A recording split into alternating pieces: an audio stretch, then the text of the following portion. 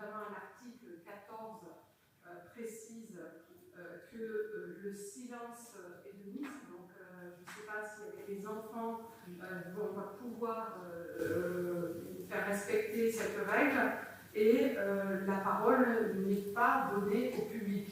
Hein, donc voilà, je pense que c'est important de le dire pour toutes les personnes qui ne sont pas averties de comment fonctionne un conseil municipal. Donc silence total, là je pense notamment aux enfants, et pas de prise de parole du public. Ceci dit, étant averti, il n'y a pas de problème, vous pouvez être là. Concernant les procurations et les présences, donc Vincent Lavalle a donné procuration à Christian Brodelin, Gisèle Legui a donné procuration à Hélène Jante, Virginie Artero a donné procuration à Zulika Lavalan, Julien Bonino a donné procuration à Roxane Tibaldi, Moïse Lager à Hélène Janet et Marie Duchère à Dimitri Farou. Voilà, ceci étant dit, la feuille de présence circule. Je pense qu'on a oublié personne et le quorum est atteint. Donc le quorum étant atteint, on peut ouvrir la séance et nous l'ouvrirons par le vote des questions sur le procès verbal de la séance du 26 juin. Donc le 26 juin a eu lieu un conseil municipal. Pardon, j'ai oublié de nommer le secrétaire, et Sylvain Castagnier a bien voulu se mettre à ce travail. Donc c'était Gisèle Legui qui était la secrétaire du 26 juin. Le rapport procès verbal fait 20 pages. Il reflète bien les débats, je pense, dans le fond. Donc je ne souhaite pas qu'on rentre dans le détail, mais en tout cas, à son vote, s'il y a des questions, je répondrai, ou des remarques, je répondrai à ces questions-là. Donc avant de voter le procès verbal du 26 juin, est-ce qu'il y a des questions ou des remarques? Donc, M. Platon. Une question.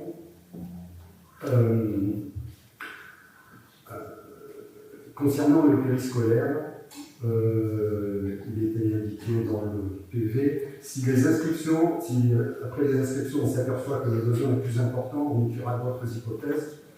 Donc, les inscriptions sont achevées. Est-ce que vous pouvez nous donner un point sur ce sujet? Donc, là, on est sur le PV et ce qui a été écrit, donc les changements, quoi. Mais par contre, on donnera en effet, en questions diverses, si vous le voulez bien, des précisions. En effet, nous avons travaillé à ce dossier avec les bons ensemble et il y a des avancées intéressantes. Mais voilà, là, on est sur vraiment les écrits du PV. Donc, est-ce qu'il y a d'autres remarques? En page 13, concernant le contrat de mixité sociale, il est indiqué M. Platon demande que les mails d'échange avec la DDTM lui soient transmis. Donc il s'agissait des mails concernant le nombre de résidences principales. Ça n'a pas été fait. Je vous le signale. Et en page 15, concernant la déclaration numéro 12 sur la vente d'un bout de terrain, et il était également indiqué que le certificat d'arpentage et l'avis des domaines seraient transmis. Je n'ai toujours pas ni le certificat d'arpentage ni l'avis des domaines. Alors, c'est vrai qu'on fait deux conseils très rapprochés. Nous, on a bien entendu donné cette demande au service. Il n'y a aucun problème pour que vous ayez ces informations. On va le rappeler. Peut-être que les services ont beaucoup à faire en ce moment, mais ça sera fait. Ok. Et petite remarque en page 19. Donc il est question d'une motion de censure. Bon, c'est pas le bon terme, c'est pas de censure, c'est une motion. Hein. Donc il faut rayer ce. Il ne s'agit pas de censurer, il s'agit de donner un avis. Donc moi j'avais évoqué le terme d'avis, voter un avis, et Dimitri avait évoqué le terme de motion. Voilà. Par contre, de censure, je pense qu'on peut. Oui, non, tout à fait. J'ai repris la vidéo à ce propos, puisque vous parliez tous les deux en même temps, M. Faro et M. Platon. Vous étiez tous les deux sur une motion ou des avis en même temps, et j'ai repris la vidéo pour bien vous reprendre aussi que vous parliez en même temps, à qui le premier demandait la motion. Donc, il n'y a pas de souci, ce n'était pas censure, c'était bien motion. Donc, je soumets à l'avis du conseil municipal de bien enlever le mot censure, parce que j'en suis certaine, ayant repris la vidéo. Est-ce que vous n'êtes pas d'accord là-dessus, le conseil? Oui, donc nous ferons cette correction pour la prochaine fois. Et s'il n'y a plus de questions, on passe au vote du procès verbal du 26 juin. Donc, qui est contre? Qui s'abstient? Et donc, le vote à l'unanimité, avec la correction du procès verbal du 26.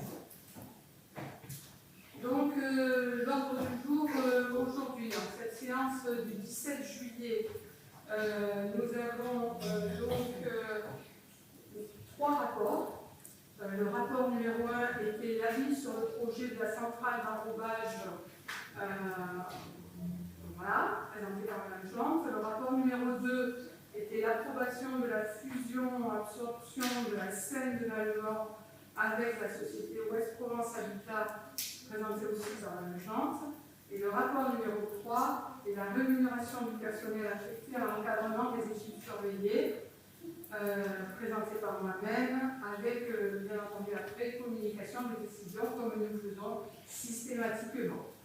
Donc, je propose le retrait du rapport numéro 1, qui est l'avis favorable sur le projet de la centrale, défavorable, pardon, puisqu'il est juridiquement sans objet sur le fond et la forme.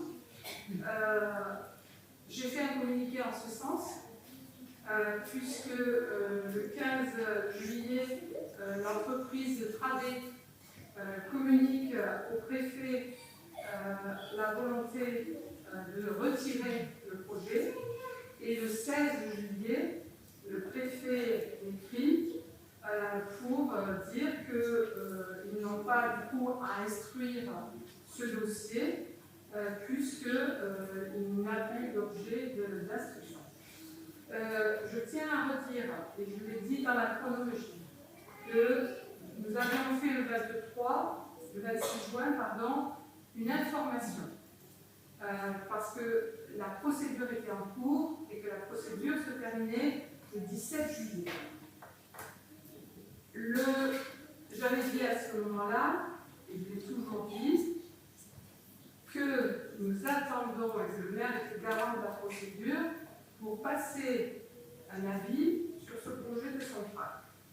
Je peux vous dire que depuis 3 semaines, il y a un travail de fait avec le sous-préfet, qui représente bien entendu dans cette affaire le préfet, et l'entreprise Tradé.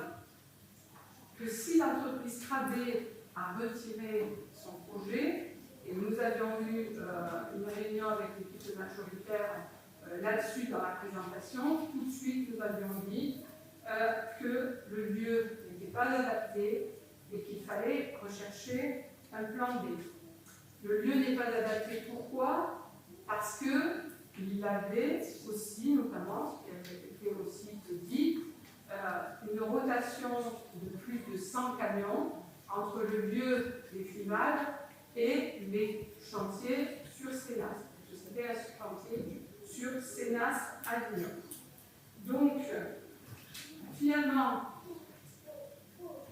avec l'appui des citoyens, il y a eu une mobilisation importante, et notamment en commune, avec des cahiers de concertation, puisque au lieu d'un cahier, nous avons rajouté des pages et nous en étions au 3e cahier.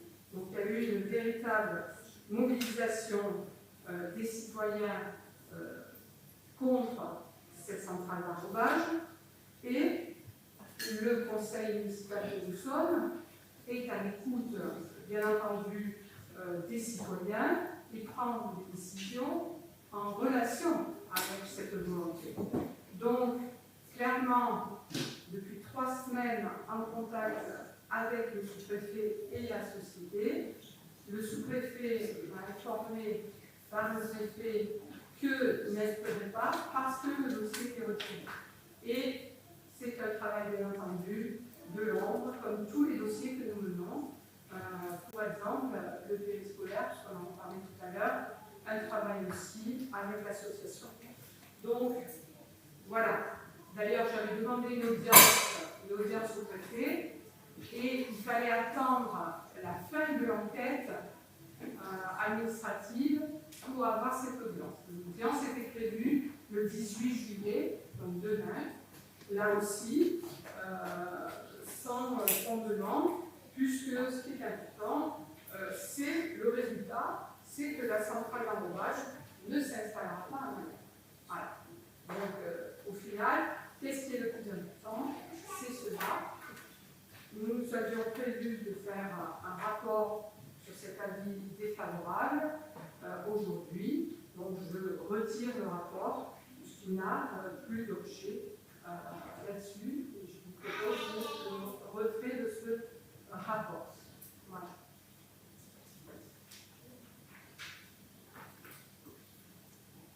Monsieur Platon. Oui, merci. Bon, merci pour le retrait de ce rapport. Je pense qu'il y a beaucoup d'enseignements à tirer de ce qui vient de se passer. Il y a manifestement de la part de Travet un manque de réflexion sur le choix du site et sur la façon de choisir le site parmi tous les sites potentiellement envisageables. Le processus de choix doit être pensé en consultation avec les communes, consultation amont, pas forcément des consultations publiques comme avec les communes, avec les associations environnementales. Le préfet aussi a des enseignements à tirer et il y a également des enseignements à tirer pour la commune. Bon, quand même le fait d'apprendre plus ou moins ce projet par la bande et le fait qu'on aurait pu, pour éviter beaucoup d'émotions, beaucoup de mouvements, délibérer dès le 26 juin. Dès le 26 juin. Ça ne nous empêchait pas de donner un avis défavorable dès le 26 juin.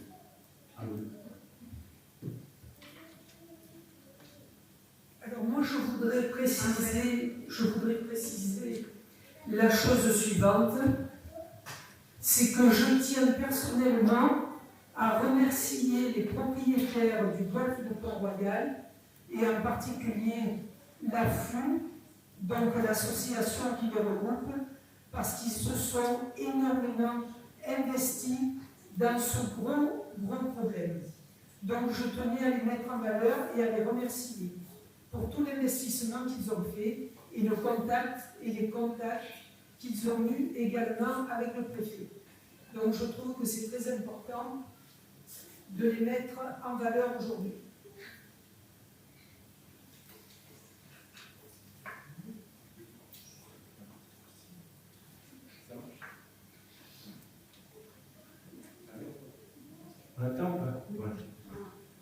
Donc bonsoir à toutes et à tous. Effectivement, je partage les avis d'Armel et de Thierry. Donc c'est un beau travail collectif qui a été mené. Alors je suis ravi d'apprendre qu'il y a eu un travail de l'ombre. Les travaux de l'ombre, bon, par définition, ils sont obscurs. C'est un peu un regret qu'on peut porter, puisque quand on parle de démocratie, de citoyenneté, moi j'aime bien qu'on mette les choses en lumière et que les choses ne se passent pas forcément sans les citoyens. Et moi je pense que ce qui a porté avant tout, c'est cette magnifique mobilisation qui est collective, qui est de l'unanimité du conseil municipal, l'unanimité de tous les citoyens qui se sont engagés. On l'a vu, hein, c'est un engagement massif de l'ensemble de la population qui s'est levé du domaine, mais également du village, des villages aux alentours. Il y a eu une levée de bouclier contre ce projet. J'espère que vous n'étiez pas au courant depuis le mois de mars, c'est ce que j'ai cru comprendre, puisque dans le dossier de travée, il y avait un courrier qui était pour la mairie, il me semble, qui aurait été envoyé au mois de mars. Bon, allez, peut-être qu'ils ne l'ont pas envoyé, on va laisser le bénéfice du doute. L'important, c'est que la mobilisation collective est portée, et c'est la mobilisation à la lumière qui est portée.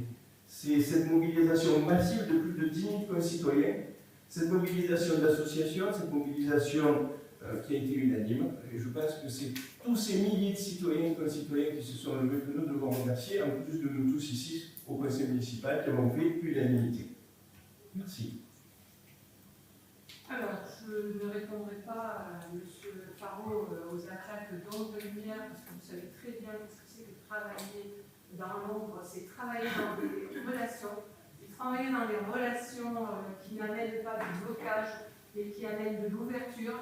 Et si l'entreprise Travée retire son projet, c'est parce qu'elle entend aussi, en effet, la mobilisation, et je suis d'accord avec vous sur la mobilisation citoyenne qui a eu lieu, hein, et je ne le nie pas du tout, même si elle a été particulièrement agressive, et je l'ai dit dans un post premier, à ce moment-là, la violence n'a pas sa place. Et la violence entre mobilisation et harcèlement devient un problème, surtout lorsque le maire que je suis est garant aussi de la protection de son personnel. Les cahiers de concertation étaient en commune, hein, et mon personnel a été agressé face à ce problème-là. Ça, je ne peux pas l'accepter. Donc ça, c'est aussi pour cela que j'ai dit la difficulté, en fait, de travailler, en effet, à garder et à réussir à ce que le projet ne se passe pas. Et si le projet ne se fait pas, c'est parce que la société Travée, en communication avec les difficultés, et vous voyez bien aussi les difficultés et le rejet de la population là-dessus, ne voulait pas mettre aussi le maire que je suis dans cette difficulté. Mais ce qu'il faut savoir dès le départ, c'est aussi que c'était non pas de mon fait, et ça, il faut l'expliquer aux citoyens, parce que c'est le préfet qui décide. Et même si le maire donne son avis défavorable, qu'est-ce que vous auriez dit, M. Faro, avec un avis défavorable dès le 26 juin et un arrêté du préfet? Donc non, franchement, le maire est garant des procédures. Nous attendions la fin de la procédure administrative pour donner un avis, et d'autres maires aux alentours, et c'est aussi par rapport à ce territoire qui ne souhaitait pas cette centrale d'enrobage sur le territoire, ont pris aussi des délibérations au moment où ils faisaient des conseils. Moi, je savais que le 26 juin, c'était tout à fait le début de la consultation, et qu'on a abordé ça en communication, et que derrière, nous passerions un avis pour un avis défavorable. Donc, je crois qu'il y a un maire qui est aux manettes et qui doit tenir tous les liens pour ne rendre aucun lien. Et après, ben oui, M. Faro, là d'ailleurs, vous vous êtes adressé non pas au conseil municipal, mais à tout le monde ici, un élu d'opposition qui se met en avant sur ce dossier-là. Voilà. Clairement, vous parlez d'ombre lunaire, vous voyez de mars et vous mettez en doute la réponse du dossier. Vous voyez bien que dans le dossier, il n'y a pas la lettre du maire. Donc, il n'y a pas eu de demande en mairie là-dessus. Et je l'ai dit et je le redis, c'est les CIR qui est venu demander sur son terrain privé. Donc, clairement, les allusions que vous faites sont tout à fait déplacées. Et je redis, qu'est-ce qui est important? Ce qui est important aujourd'hui, c'est que le résultat, c'est que le projet soit retiré. Après que vous en tirez la gloire et que vous continuez à manifester ou communiquer là-dessus, ce n'est pas mon problème. Moi, on a fait le travail. Moi, avec mon équipe, on a fait le travail. Et le résultat, c'est cela. Alors, avec mon équipe et avec les citoyens. Oui. Et je ne veux pas qu'on oppose les citoyens à la position du Madame le maire, je m'adresse effectivement au conseil municipal et également aux citoyens qui sont là. Ils sont là. On s'adresse à tout le monde. On représente, on les représente. Aujourd'hui, moi, ne vous sentez pas agressé. À aucun moment je n'ai été agressif envers vous. J'ai mis des réserves. C'est normal. Je pense que ces réserves, notamment sur votre réactivité, elles sont réelles. Donc, après, vous en tirez les conclusions que vous voulez. En tout cas, j'ai parlé de tout le monde. Moi, je suis peu de choses dans tout ça. Et avec Thierry, on a travaillé ensemble sur le dossier, on a marché séparément.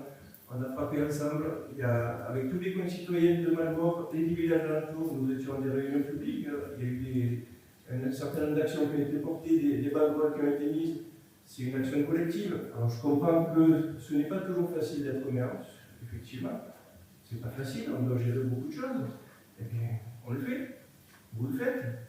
Voilà, après, moi je n'attaque personne, je constate. Pardon, mais ouais. Nos réponses. J'entends tout ce qui te dit là maintenant. Donc, ce projet, lors du dernier conseil municipal, je me suis exprimé là-dessus. Le dossier, je l'avais lu, il est mauvais. Effectivement, il y avait des anomalies. Ça prend 5 minutes pour voir qu'il n'est pas bon. Le site, moi je suis très étonné effectivement qu'une entreprise comme Travette s'implante sur un site hors zone d'activité ou zone plus favorable, type, comme je l'avais dit, en conseil municipal, type Mère de Repos, qui est dédié à ce type d'installation le long de l'autoroute. C'est beaucoup plus cohérent, ils le font. Et je suis très étonné quand même qu'une entreprise comme Travette, suite à l'échange avec les CIR, effectivement, dans un premier temps pour un problème de foncier, ne contacte pas la mairie, parce qu'en général, dans 99,9% des cas, les sociétés se mettent en accord avec la mairie pour voir si ce projet est accepté. Et ce peut se faire en accord avec la mairie. Donc je suis très étonné si la Travette, dès le mois de mars, effectivement, n'a pas contacté la mairie. Il est très heureux que cette société n'a rien à faire à Malmort, parce que ce n'est pas normal. C'est même non professionnel. Ces sociétés doivent travailler avec la mairie dès le début du projet. Donc si ça n'a pas été le cas, tant mieux à Travette qu'ils aillent voir ailleurs, parce que ça, c'est vraiment pas normal. Et je suis très étonné qu'ils n'aient pas pris contact avec la mairie en amont, parce que non, c'est la première chose que les sociétés font. Je suis très étonné. Voilà.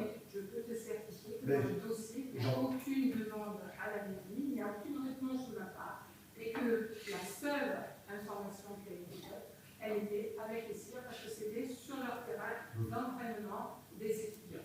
J'entends ce que tu dis, effectivement, par rapport au Moi, projet de je ne peux Saint-Claude. pas dire plus. Et après, pour terminer, dès le début de l'instruction, il y a un travail à faire avec le préfet et le représentant du préfet qui est l'inspecteur des installations classées. Souvent, c'est par ce biais-là qu'on essaie d'aller plus vite pour bloquer un dossier aussi, parce que c'est lui qui instruit. C'est le représentant du préfet. Donc, je pense que la décision est peut-être un peu plus rapide que de s'embarquer là-dedans, effectivement. Ça, c'est un peu dommage. Voilà. Bon, en tout cas, c'est très bien si M. Travelle va voir la... Très bien. Monsieur Platon, et après on passera au rapport numéro 2. Donc, en ce qui concerne l'association de la parole citoyenne, on a effectivement écrit la Travette pour lui signifier que les procédures n'étaient pas... D'abord, son dossier était très médiocre et les procédures pas adaptées. Alors, et pour finir, je m'interroge sur la nécessité de passer par une mobilisation aussi d'une telle ampleur pour arriver à une décision qui, en fait, relève du simple bon sens. Et ça m'interroge. On doit avoir des procédures démocratiques, des procédures de décision, d'échange, de réflexion, d'intelligence collective qui permettent d'arriver à la bonne décision, mais sans passer par toute la mobilisation qu'il y a eu. Et on propose ça depuis longtemps. Oui, bien d'accord avec ce que tu viens de dire. Mais je rajouterais, on était pour une fois tous d'accord sur quelque chose, on voulait pas et on arrive à cette conclusion-là qu'on raconte un peu tout ce qu'on veut. On fait des discours qui n'en finissent plus pour une décision qui est une décision de bon sens. Je remercie d'ailleurs tous les habitants qui ont participé aussi à ce que ce projet ne se réalise pas, des associations, la foule qui est présente, Jean-Paul, là, c'est ça. Tous ces gens-là ont participé, mais je veux dire, le nom il était déjà acté par Madame le maire depuis longtemps, et tout était. Et le nom par tout le monde. Et je ne vois pas pourquoi aujourd'hui on en est encore à discuter ensemble. C'était un projet qui allait forcément ne pas aboutir, c'est le bon sens. Mais il dépendait d'une réponse. Voilà, il dépendait d'une réponse. Mais le préfet, c'est quand même quelqu'un de très intelligent. Oui, aussi. Très bien. Bon. le rapport numéro 1 étant retiré, les débats sont clos. Non, il est retiré. Pas alors. Donc, on va passer au rapport numéro 2. Alors, le rapport numéro 2 est un rapport un peu technique. Il concerne l'approbation de la fusion entre la Société anonyme d'économie mixte, la SEM, de la commune de Malmort, par voie d'absorption par la Société anonyme de l'économie mixte, Ouest Provence Habitat. Alors, je rappelle que ce rapport est une obligation par rapport à l'article 81 conforme à la loi, où le contexte juridique nous demande, l'article 81 de la loi Elan du 23 novembre 2018, instaure l'obligation pour tout organisme HLM gérant moins de 12 000 logements sociaux de se regrouper avec d'autres. Donc, le rappel vraiment du sens de ce rapport, fusion-absorption, et la loi. Rappelez aussi que nous sommes une toute petite scène, puisqu'on nous demande de se rapprocher à 12 000 logements. Nous, sur Malmort, nous avons 35 logements. Donc, en conseil d'administration de la Seine, nous travaillons depuis 2 ans au processus de fusion, et le processus de fusion qui est pour optimiser. Pourquoi? Parce que les objectifs sont de rationaliser les outils et les moyens des deux SEM, sont d'alléger les structures administratives des deux SEM, simplifier la gestion des deux SEM. Donc, un rappel aussi, qu'est-ce qu'une SEM? C'est donc une société anonyme d'économie mixte. Elle est bien entendu une personne morale de droit privé, mais elle gère la politique des logements sociaux. Et sur la SEM, la particularité de Malmort, c'est qu'on doit normalement ce capital majoritairement plafonné à 85% pour une commune. Nous, la SEM de Malmort, avait 4 824 actions, soit 80,40% du capital. Donc ça, c'est important de le dire, puisque cette SEM existe depuis plus de 30 ans. Hein? Voilà. 64. Donc ça fait 60 ans. Donc j'étais loin des 30 ans. Du coup, ce rapport, donc j'ai expliqué pourquoi on le passait. Il est traité, nous l'avons déjà vu en CA de la SEM il y a 2 ans pour le préparer. Nous avions déjà à cette époque demandé au préfet un peu de délai, parce que c'était très complexe, technique, il fallait qu'on se fasse accompagner. Du délai, il nous en a donné. Il nous en a donné, mais à un moment donné, on a fait 2 délais. Il nous a dit, de toute façon, en décembre 2024, c'est terminé, il faut que ça soit fait. Donc, nous sommes dans les délais en passant ces rapports à cette période-là pour le signer. Nous avons, par ordonnance du 12 juin 2024, le président du tribunal de commerce de Salon-de-Provence a désigné M. Christian Bande, cabinet Grand Horizon, en qualité de commissaire de fusion. Donc, nous sommes attachés en fait à des commissaires de fusion et à une réalisation d'opérations qui prend plusieurs étapes. Nous avons fait un conseil d'administration du 28 juin qui a adopté le traité de fusion dans son approbation.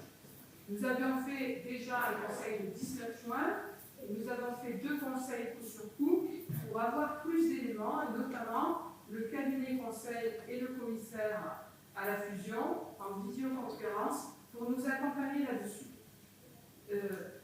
Concomitamment, la société Ouest Provence a fait, elle, l'approbation par son assemblée générale extraordinaire de cette fusion le 25 juin. Donc, en synthèse, le projet de fusion peut ressortir un actif apporté par la SEM à la société Ouest Provence Habitat qui s'élèverait à un montant de 1 697 000. Le Le rapport d'échange dans les actions, 4 actions pour 7 actions de la nouvelle société, 4 actions de la SEM pour 7 actions de la nouvelle société. Compte tenu des valorisations respectives de chacune des sociétés participant à l'opération de fusion, les actionnaires de la SEM de Val-d'Or recevraient en échange de leurs 6 000 actions, 10 500 actions de la société Ouest Provence, créée par cette dernière à titre d'augmentation de son capital.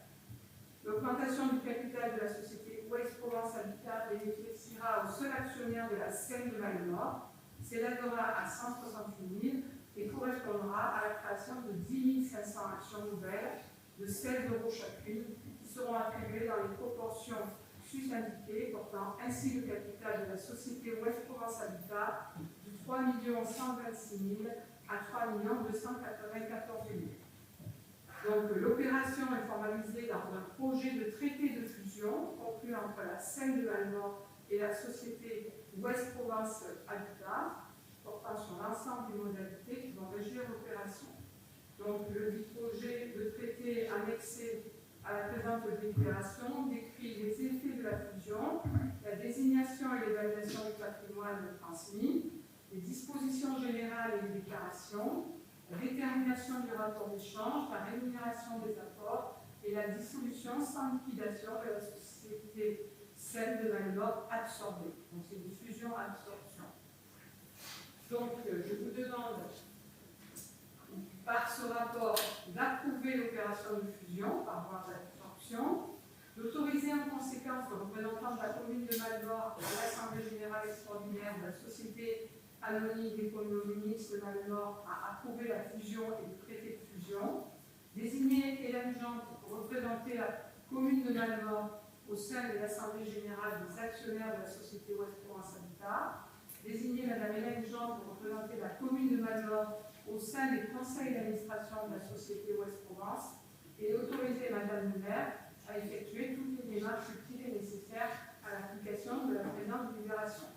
Je rappelle que j'étais déjà donc présidente de la SEM de Val-d'Or et qu'on rentre dans la gouvernance à une voie à l'identique dans la société de Ouest Provence, sachant qu'il y a 6 communes qui participent à cette fusion, qui sont déjà en fusion à Ouest Provence, et que nous y rentrons, nous, en dernier. Et que tout ça est pour faciliter la gestion du parc immobilier locatif social, et que, je l'ai déjà dit, que c'est à la demande donc, du législateur et de l'État. Voilà, donc un peu technique, mais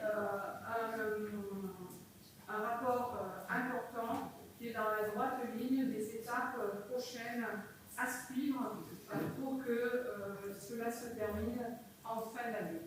Voilà. On peut répondre aux questions si vous le souhaitez. Donc, Monsieur Faro. Alors, ce n'est pas une question, c'est une explication de positionnement. Et ce soir, je pense que je ne vais pas vous surprendre si je vous dis que ce projet de fusion-absorption, contrairement à ce qu'on nous a présenté lors des conseils d'administration comme étant la seule solution, est en réalité un très mauvais choix. En effet, pour l'opposition que je représente, le bon choix, c'est le suivant. C'est conserver la SEM de Val-d'Or et céder la part concernant les logements sociaux à une entité plus grande. La SEM, c'est un outil historique. On l'a dit tout à l'heure, 60 ans. C'est Marius Taché qui l'avait créé. Et nous pourrons la conserver en diminuant ses coûts grâce à une gestion en bon père de famille, comme cela a été le cas très très longtemps. Réaliser cette fusion en l'autre, c'est perdre notre autonomie dans la gestion de la SEM. Pire encore, c'est spolier la commune et ses administrés d'un patrimoine qui lui appartient dans cette grande majorité, à 80%. La valeur de la SEM, des biens de la SEM, est très largement sous-évaluée dans ce rapport. Nous le refusons avec la plus vive énergie. Madame le maire, il est important de reculer. Je pense qu'il est important d'entendre la raison et nous vous demandons le rejet de cette délibération et dans tous les cas, nous voterons contre. Je vais répondre pour bien obliger à M. Parot immédiatement, parce que bien entendu, je ne suis pas surprise de votre réaction. Vous l'avez déjà exprimé en CA de la SEM, puisque nous sommes dans l'ouverture. Il faut savoir qu'au conseil d'administration de la SEM, il y a des élus de la majorité qui a été représenté, M. Parot de l'opposition. C'est pas l'ouverture, c'est la loi, Madame le maire. Ah non, Ah si, on est obligé. dans les conseils d'administration, pas du tout, M. Parot. Là, vous ne connaissez pas tout à fait la loi. Hein. Il peut y avoir des conseils d'administration sans ouverture à l'opposition et au groupe de minorité. Mais laissez-moi terminer. Je vous disais qu'il y avait aussi M. Platon en groupe de minorité. Alors, tout d'abord, sur votre annonce, je ne peux pas vous laisser dire, puisque conserver la SEM en état, c'était impossible. Je vous rappelle que vous seriez hors la loi avec la loi Elan qui, par l'article 81, nous obligeait, et je l'ai largement dit, juridiquement, il n'y avait pas d'autre solution. La deuxième, c'est la perte d'autonomie que vous annoncez. Aucune perte d'autonomie. Pourquoi? Parce que moi, je sais comment ça fonctionne et que nous assistons déjà avec Dominique Calamalan aux commissions, puisque l'Ouest-Provence est déjà le gestionnaire. Et lorsqu'on a fait un appel d'offres à une nouvelle gestion, puisque nous avions 13 habitats, Ouest-Provence était le seul à avoir répondu à notre volonté de gestion sur nos toutes petites scènes, 35 logements, je le redis. Donc, on sait comment ça fonctionne et depuis pas mal d'années, nous sommes aux différentes commissions. Les logements sociaux sont gérés dans ces commissions par les maires. C'est-à-dire que chaque commune a son autonomie sur son volume de logement social. Et on est pris en compte là-dessus. Il n'y a aucun maire qui s'oppose à une décision sur une autre commune. Chaque maire est vraiment dans la gestion de ces logements. Spoliation, non. Pourquoi? Parce que vous partez sur une évaluation des logements comme si on les vendait. Il n'y a pas de vente de logement social. Nous souhaitons garder les logements sociaux de même mort parce que nous avons énormément de demandes et qu'il n'est pas question de vendre les logements. Donc, la spoliation, je me porte en faux là-dessus, puisque en évaluation de ce patrimoine est liée au compte administratif. Et franchement, avec la visio que nous avions eue, et vous étiez au conseil d'administration de la SEM, il a été très bien expliqué que, en fait, c'était ainsi que ça se faisait, et c'était l'équité, qu'il y a quand même des avocats qui s'occupent de ça, et qui ne vont pas prendre le risque d'afficher un montant d'évaluation qui ne passerait pas dans la fin de la fusion où il y a l'équité entre les actions et le bien. Et en fait, voilà, et je pense que vous restez sur votre position, et je vous ai bien expliqué qu'on ne pouvait pas non plus sortir certains biens. Alors la question a été posée, certains biens de cette scène, puisque vous parliez de sortir certains biens là-dessus, parce que, en l'état actuel des choses, sur la procédure de fusion, eh bien, l'échéance du 31/12 ne nous permettait pas d'être dans ce sortir des biens là-dessus, puisque, comme ça a été expliqué, ces biens diminuaient aussi la valeur de la scène de même mort, et ce n'était pas le but à un moment de la fusion là-dessus. Voilà. Voilà mes réponses à chaque point, mais c'est votre position, vous l'avez depuis le début. Après, vous n'étiez pas au début au conseil d'administration de la SEM, vous arrivez en décembre 2023. Peut-être qu'on avait abordé les choses avant. J'ai là toutes les feuilles de présence, des fois vous me sortez aussi des documents, toutes les feuilles de présence qui l'attestent, M.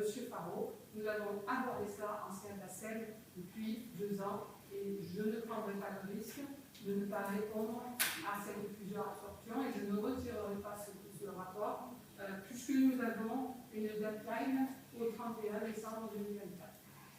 En aucun cas, je ne vous ai dit que...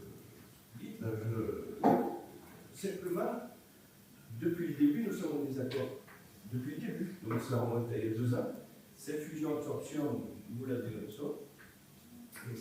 Qu'est-ce que vous voulez que je vous dise? Moi, je pense que c'est une erreur. La SEM est un outil formidable pour la commune de Malemort. Là, vous me parlez de Ouest-Provence, vous pouvez me parler de Ouest-Provence à tous ceux qui sont locataires et qui sont gérés par Ouest-Provence, c'est une catastrophe. La gestion de Ouest-Provence est catastrophique. Les HLM, personne ne répond. Le téléphone, quand ça répond, on dit oui, on vient, ils viennent, ils font rien. Alors, excusez-moi, franchement, Ouest-Provence, je ne peux qu'être inquiet sur ce qui va se passer. Pardon, mais monsieur Parot, je pense aussi sur ça. Nous sommes en parfaite collaboration avec Ouest-Provence depuis quelques années. Nous travaillons en collaboration avec eux et les commissions se passent très bien. Je suis en accord avec vous sur le fait qu'il y a parfois une mauvaise communication entre les locataires et le bailleur. Mais cela, il y a une personne qui est là pour accueillir toute leur violence. Parfois, ces personnes-là, peut-être forcément, ne s'adressent pas à la bonne personne. Je l'entends aussi. Non-réponse peut-être aussi, mais de là à dire que ça se passe mal, on ne peut pas aller vers cette fusion. Déjà, on ne peut pas parce que légalement, ce n'est pas possible. Il faut y aller avant le 31 décembre. C'est un peu Oui, 2 ans d'erreur. 2 ans. 2 ans, il y a des choix. Donc là, vous pouvez me dire, oui, dans vos communications, par exemple, à tous les locataires, je suis désolé, Je c'est parle pas de vous avez, c'est pas des là, erreurs de personnes. j'ai tourné les propos comme vous le faites. J'ai essayé d'aider certaines personnes, je peux vous dire que c'est une usine à gaz. Et que les personnes, quand vous les avez, elles vous disent oui, il y a il vous envoie quelqu'un qui revient 3 fois et qui ne fait rien. Ces personnes-là, nous aussi, nous les avons au bout du fil, nous échangeons avec elles. Les fameux citoyens dont vous parlez, les fameux locataires qui ont des problèmes pareils. Donc vous êtes satisfaite? Je ne suis pas satisfaite, Ah ben alors. c'est quoi tout ça. Mais Donc on alors, essaie de d'accord. mettre les choses en place. C'est pas convenable, ça fait des années. Des années, non, monsieur. On fait de notre mieux pour essayer de faire en sorte que cela s'arrange. Désolé. Non, mais monsieur Parot, encore une fois, vous agitez le problème et vous tapez sur la table. À niveau d'un CHLM, on en parlera. Nous, on Voilà. travaille. Et attention, il n'y a pas de Oui, moi je ne travaille pas, je ne fais rien, je le sais, il y a que vous qui travaillez. Non, nous avons 13 habitants, nous avons Famille Provence, nous avons Ouest Provence, nous avons Grand Recteur. Donc attention, il ne faut pas tout confondre. Nous connaissons parfaitement les dossiers. Et Ouest Provence est un bailleur sur lequel on peut s'appuyer. Voilà. Monsieur Sandin. Moi, c'est l'approche de la gestion patrimoniale qui me gêne un peu. La scène de Malmort, ce n'est pas uniquement un ancien logement, donc biens sociaux. C'est aussi des garages. Je viens de prendre connaissance de l'annexe parce qu'elle n'est pas jointe au. Oui, bien sûr. C'est des commerces. Et l'action qu'on a menée justement, qui a été menée pour lancer le commerce, ça va un peu tomber à l'eau si on n'a plus la maîtrise des commerces. Moi, je n'aurais pas forcément procédé comme ça, parce que si on divise la valeur comptable de l'entreprise par son patrimoine, on se rend compte que réellement, ça ne vaut pas grand-chose. Les commerces, les maisons, si je divise 1 600 000 par 35 logements, ça commence à 48 000. Et je compte les garages gratuits, les commerces gratuits. Alors, je sais très bien comment marche la comptabilité de l'entreprise. Il y a les amortissements, il y a les dettes, il y a tout ce que vous voulez. Et la valeur nette comptable, pour moi, elle reste quand même inférieure à la valeur pour moi. Ce que j'aurais fait, moi, puisqu'il fallait fusionner, c'est la loi qui nous oblige. J'aurais sorti tout ce que je voulais sortir ces 2 dernières années pour laisser que les 20 logements, voire les 35 s'il fallait. Mais les garages, les commerces, les locaux professionnels, ça n'a aucune raison de partir dans une société d'HLM. La scène de Malmort, ce n'était pas une société d'HLM. C'est une société d'acquisition foncière opportuniste. Un coup, c'est des logements, un coup, c'est des commerces, un coup, c'est des garages, un coup, elle mettait en paille la construction des terrains. Et on se sépare de tout, là. On se sépare de tout. Il aurait fallu. On se sépare de rien. En échange d'action. Et alors, dites-moi, on a une position majoritaire dans le capital de Ouest-Provence? Non, mais on ne se sépare de rien, monsieur le maire. C'est ça qu'il faut comprendre. Parce qu'en fait, on rentre dans une société et on fonctionne à l'identique dans notre entité. Parce que tous les maires fonctionnent comme ça. Pour développer le logement et on social. regroupe pour le logement social et pour le reste. Parce que je vais laisser répondre à M. Pigné par rapport au commerce, mais vous ne pouvez pas faire la division comme ça. Il n'y a pas de vente, c'est une fusion-absorption. Ce n'est pas une vente Et l'évaluation, on ne peut pas la calculer comme ça. Et c'est là que je dis qu'après le dossier est technique et que ce n'est pas accessible à tout le monde, mais en tout cas, il faut être confiant et dans la société Ouest-Provence sur laquelle nous rentrons par obligation, je le dis, on y a travaillé, on a réfléchi à ce qu'il fallait, c'est la meilleure des solutions.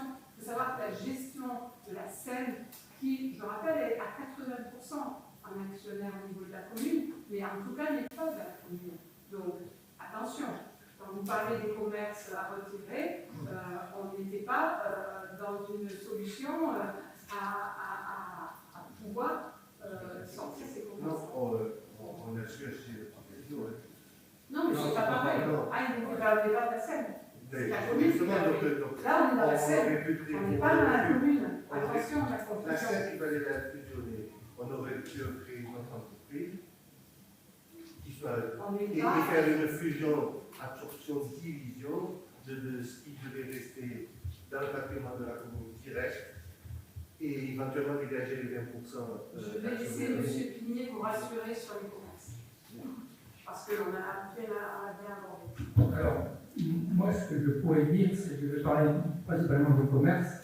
Donc, cette question a été soulevée quasiment dès le début, il y a 2 ans, quand on a entamé le processus justement de fusion avec Ouest Habitat. Et donc, dès le départ, on a évoqué ce problème des commerces et notre souhait justement de garder la maîtrise sur justement les commerces et la destination des commerces et le choix, effectivement, des commerçants qui pourraient s'y intégrer. Et donc, dès le départ, nous sommes tombés d'accord sur le fait qu'effectivement, Madame le maire, d'abord, garde la maîtrise de la gestion de l'ensemble des logements et commerces de la commune, mais en plus, tous les processus qui ont été mis en place, entre autres pour le choix des nouveaux commerçants qui pourraient intégrer les commerces appartenant à la commune, d'accord, seront conservés, c'est-à-dire qu'il y aura des commissions qui seront mises en place. La seule différence, c'est que dans ces commissions, il y aura un représentant technique de Ouest Habitat qui participera à ces commissions. Mais l'ensemble sera, la procédure sera constamment gardée. Vous pensez qu'on reste dans l'esprit de la loi de fusionner les sociétés HLM parce qu'un commerce, c'est une habitation à l'audiovisuel? Alors, c'est un point sur lequel je n'ai pas de compétences. Donc, Juste une précision, est-ce que c'est tacite ce que vous dites ou est-ce que c'est formalisé contractuellement? c'est dans le cadre, dans la mesure où Madame le maire garde, en tant que maire de Malmort, le contrôle de l'ensemble des logements et commerces de la commune. C'est Madame Rousseau. Mais nous sommes à l'étape de la fusion-absorption, donc la gouvernance, c'est la deuxième étape. Mais ça fonctionne déjà comme ça. Et donc, vous remettez, voilà, on ne remet pas en C'est doute. pas marqué nulle part, la c'est façon juste de que vous faites confiance aux autres administrateurs Non. qui sont majoritaires, puisqu'on est 1 sur, je crois, 12 ou 9, je ne sais plus. Six. Mais on est 6. Donc, Oui, 1 six, c'est sur 6, je suis désolé, vous Mais êtes majoritaire. pourquoi On n'a pas la maîtrise. il y a peut-être Istres dedans, mais oui. Mais pourquoi voulez-vous que le maire de Istres vienne s'immiscer dans le choix des commerces en centre-ville de Malmort? Mais M. Pigné, les majorités municipales, ça fluctue. Les comportements des maires, ça fluctue. C'est purement tacite ce que vous dites là, ça n'a rien de marqué dans le marbre, ça peut changer. Donc pour nous, c'est une perte, c'est un risque. Finalement, on va mettre en fonction notre patrimoine pour aussi développer le parc immobilier de communes du type de Istres. Alors, ils vont certainement voter une garantie de crédit aussi pour les logements qui vont être mis sur leur commune. Mais sincèrement, je comprends la loi, je comprends la nécessité de respecter la loi, je ne comprends pas pourquoi on se défie de tout. Parce que c'est ainsi qu'on fait une fusion-absorption. Et qu'on ne peut pas sortir des biens de notre scène sur. Voilà. On peut. Non, je vous dis que dans l'avancée, et lorsque nous avons travaillé sur la fusion-absorption, nous avons travaillé il y a 2 ans là-dessus. avons fait ce choix, parce que c'est le choix de la raison par rapport à la gestion d'une toute petite scène. Et à chaque bilan financier, il était clairement dit que cette gestion de scène était trop onéreuse. On n'arrivait pas non plus à investir. Je vais vous prendre un exemple. Nous avons eu très très longtemps, plus de 40 ans, la gestion était faite par Fred Albert. Parce que j'arrive en 2014, nous sortons des habitants de logements indignes parce qu'on doit montrer l'exemple sur une très mauvaise gestion d'entretien des bâtiments, de logements sociaux. Donc on le fait, on fait le job, ça dure un certain temps. On se penche sur la problématique de la Seine, on en prend une direction parce que c'est quand même très complexe, et on change, on fait un appel d'offres pour un changement de gestionnaire, parce que le gestionnaire de 13 habitats ne nous satisfait pas. Donc on a Ouest-Provence. Depuis Ouest-Provence, on travaille à une vraie gestion de Seine, avec des régularisations. Et la présidente que je suis, parce que là je ne suis pas le maire, à la Seine je suis la présidente, eh bien ça rassure que juridiquement toutes les étapes se passent. Et à chaque budget, en effet, cette gestion s'avère un coût.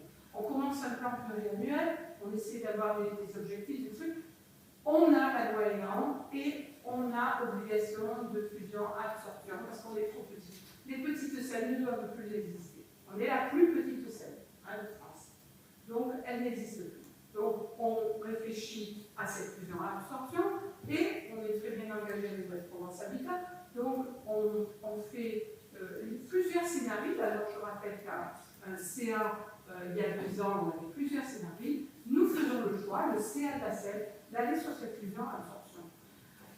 Pour vous dire que, en fait, il faut comprendre que c'est une évolution et que la gouvernance de Ouest-Provence accepte au même titre, même si je ne porte que 35 logements dans le package des milliers de logements qui peut exister à Istres, ailleurs, etc., c'est la gestion du maire. Et ça, une fois que la fusion-absorption sera faite, on continuera à travailler de cette façon avec la gouvernance. Il ne faut pas avancer les étapes, chaque chose en son temps, et en tout cas, nous on sait que ça fonctionne comme ça et qu'on continuera comme ça. Dans le patrimoine de Ouest-Provence Habitat, il y a combien de locaux professionnels et de commerce en gestion qui sont dans les habitats? Et je ne connais pas exactement tout le patrimoine de Est-ce que Ouest-Provence, c'est mais il y vraiment en la a. moitié? Mais il y en a. Donc voilà. Alors d'ailleurs, rappelez-vous, M. Pinet a mené un logement en commission avec attribution, etc., avec déjà la Seine de Malmort. Il y avait déjà un travail de cette façon. Donc ça ne changera pas. Est-ce que je voulais vous Un bail à parler? construction avec un bail amphithéotique où on récupère la propriété. Oui. Comment c'est évalué ça? Le bail amphithéotique, en effet, on a 3 logements qui sont en bail amphithéotique qui se terminent 2028-2030. Ensuite, là, il y a possibilité en effet de récupérer ça, parce que le bail, ça revient à la commune. Hein. Donc ça, c'est pas caduc. Ça reviendra aussi à la commune. Et ce bénéfice de devenir propriétaire après un certain temps, c'est Ouest-Provence. Non, les logements sont à l'intérieur de Ouest-Provence, mais gérés en gouvernance familiale. Donc ça, franchement, il faut qu'on garde à l'esprit qu'on est tous les maires qui sont en commission à travailler pour le logement. Je vais vous prendre un exemple de nos logements très dégradés énergétiquement. Ils sont plutôt en catégorie F et G. Voilà. Ouest-Provence travaille à la qualité C. Donc ça veut dire que clairement, il va y avoir engagé pour arriver à cette qualité C des travaux et du financement par-dessus. Oui. Donc en fait, nous voyons aussi le côté positif des choses, c'est qu'en rentrant dans une société d'économie mixte plus importante, il y a plus de moyens techniques, il y a plus de moyens humains, il y a plus de finances. Et du coup, lorsqu'on demandera que le logement revienne, comme tous les logements de Ouest-Provence, en classe C, eh bien Malmort amènera ces logements sur la classe C. Chose qu'actuellement, avec la gestion de la Seine, on ne peut pas. un plan pluriannuel et investissement, c'est impossible. On était trop petits. Voilà. Monsieur Platon. Bon, moi, je vais reprendre un peu ce qui a déjà été dit par Dimitri et vous-même, avec un éclairage un peu. Micro, c'est bon, ça Oui. va. Donc je vais reprendre ce qui vient d'être dit par Emmanuel, Dimitri et vous-même, avec un autre éclairage. Bon, vous savez, moi, depuis le début, je pense que la SEM aurait pu être un excellent outil pour accompagner la politique communale en termes de logement, sociaux ou non, et de locaux professionnels. La SEM représente un patrimoine conséquent pour notre commune, avec des revenus qui sont non négligeables. Et avec une bonne gestion, il aurait été possible d'investir et de créer de nouveaux logements ou de nouveaux locaux. C'est, vous le savez, un outil que j'aurais aimé dynamiser. Malheureusement, depuis toujours, et bien avant vos mandats, l'ensemble des revenus disparaissaient en frais de gestion et d'entretien, et vous l'avez dit, l'entretien il était largement insuffisant à une époque. Aujourd'hui, la loi nous oblige à fusionner avec une grosse structure pour ce qui concerne les logements sociaux. Mais les autres locaux, comme la Poste, l'ex-office du tourisme, les trois commerces et d'autres ne sont pas concernés par la loi Elan du 23 novembre 2018. Comparativement au logement, ces locaux ne posent pas de problème de gestion et ils sont d'un rapport financier intéressant. Donc, s'agissant de ces locaux, la commune aurait tout intérêt à les conserver. Ça a été dit, et on l'a déjà dit en conseil d'administration. La loi Elan, elle date de 2018.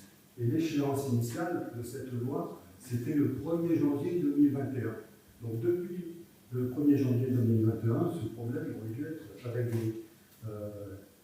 Bon. Donc, aujourd'hui, on travaille en urgence, on a été alerté par le préfet parce qu'on n'avait rien fait.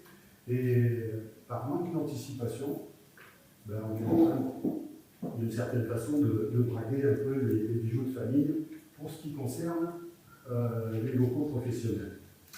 Alors, par rapport à la gouvernance, donc vous savez que j'ai demandé à Ouest Provence un pacte d'actionnaires et que ça a été fermement refusé. J'ai été très étonné, justement pour savoir quelles maîtrises on conservait sur les logements d'une part et sur les locaux d'autre part, mais surtout sur le développement. Parce que quand on va être englobé dans une grande structure, la mort ne sera peut-être pas la priorité de développer. Peut-être qu'il faudra beaucoup plus de logements à l'Istre ou à Miramas, et que Malmort, ça ne sera pas la priorité.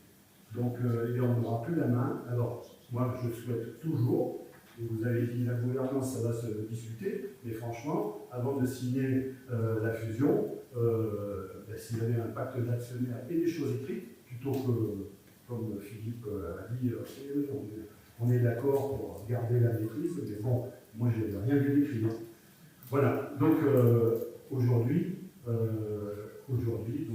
je recommande toujours de séparer le logement social ou le logement tout court des locaux professionnels. Et donc, en l'absence de pacte d'actionnaires et de gouvernance, je vote contre la fusion. C'est votre position, M. Platon, mais Elle n'a pas changé. Non, elle n'a pas changé, je la connais, mais je ne vous laisserai pas dire par manque d'anticipation. Parce que je vous rappelle qu'en effet, on a quand même entre-temps aussi passé une période Covid et que depuis, on y travaille et on y parle. Après, que le temps soit long dans les dossiers et les avancées des dossiers, je le reconnais. Mais en fait, voilà.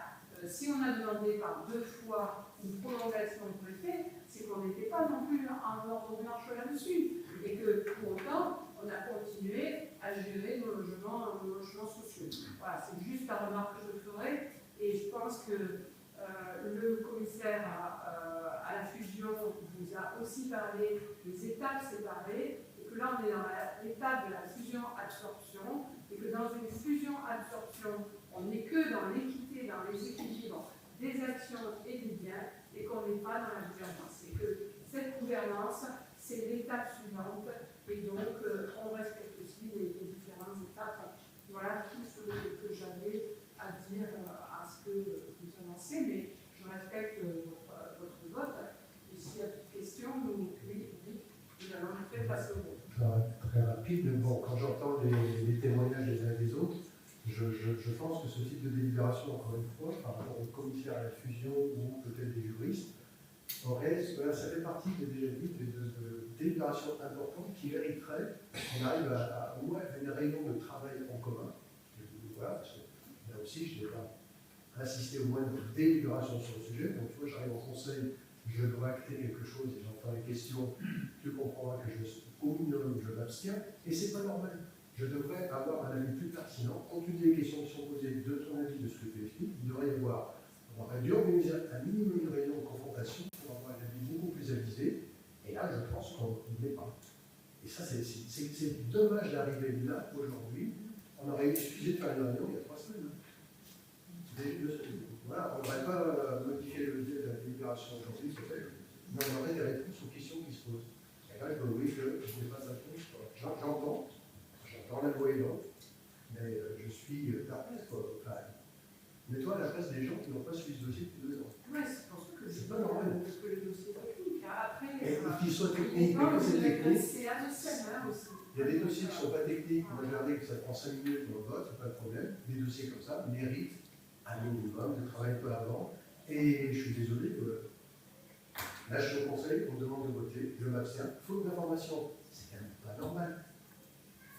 Voilà, parce que ça, j'ai déjà dit, je le redis, voilà. Et c'est très dommage sur ce type de délibération hyper important pour le moment. C'est très dommage. C'est vrai. Voilà. Donc, le dossier important aussi.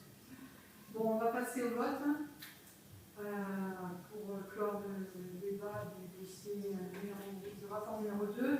Qui est contre? Qui est contre? Donc, l'équipe à M. Parot et M. Platon. Qui s'abstient? M. Bruchet. Et donc, vote à la majorité. Merci. Le rapport numéro 3.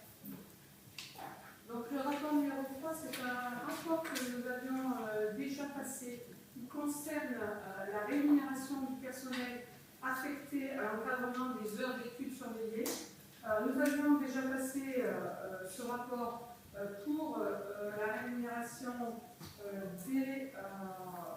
des enseignants, mais il se trouve que, bien entendu, les enseignants, certains sont limités, certains ont d'autres obligations, et donc dans les études surveillées, il y a du mouvement, et de façon à ne pas nous trouver en difficulté à la rentrée, je souhaitais qu'on passe ce rapport sur la rémunération du personnel pour les études surveillées et de l'ouvrir à du personnel vacataire. Donc ça nous laisserait plus de souplesse.